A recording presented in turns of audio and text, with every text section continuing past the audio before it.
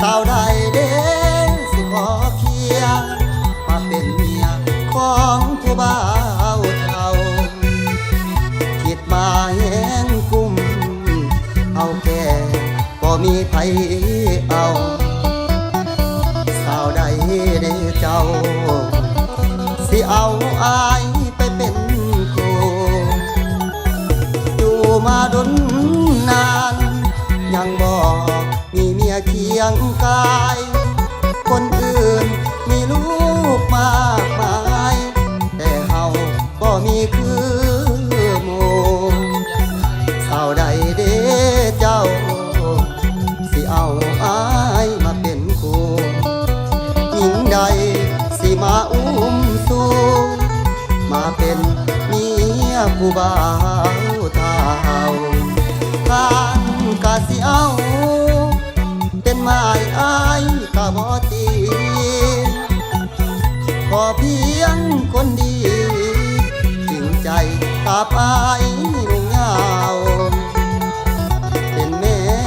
พี่น้อยมาเป็นเมียของบ่าวเฒ่าย้อนว่าตัวเฮาเป็นบ่าวเฒ่าจนคนเข้าสามีบ่น้อสาวใดหัวใจยังว่างขอเพียง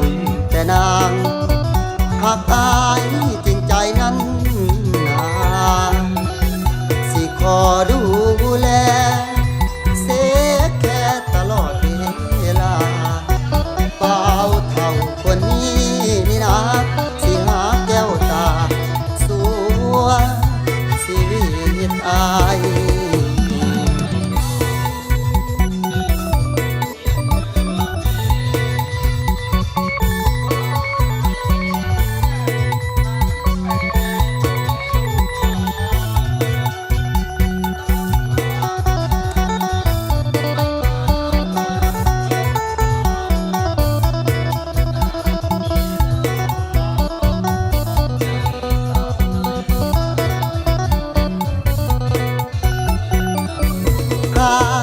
กะสิเอา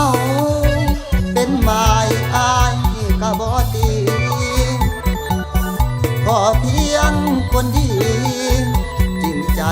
กับอายลงยาวเป็นแม่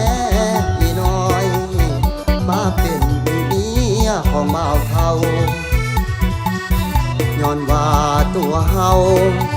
เป็นบ่าวเฒ่าจนคนเข้าสา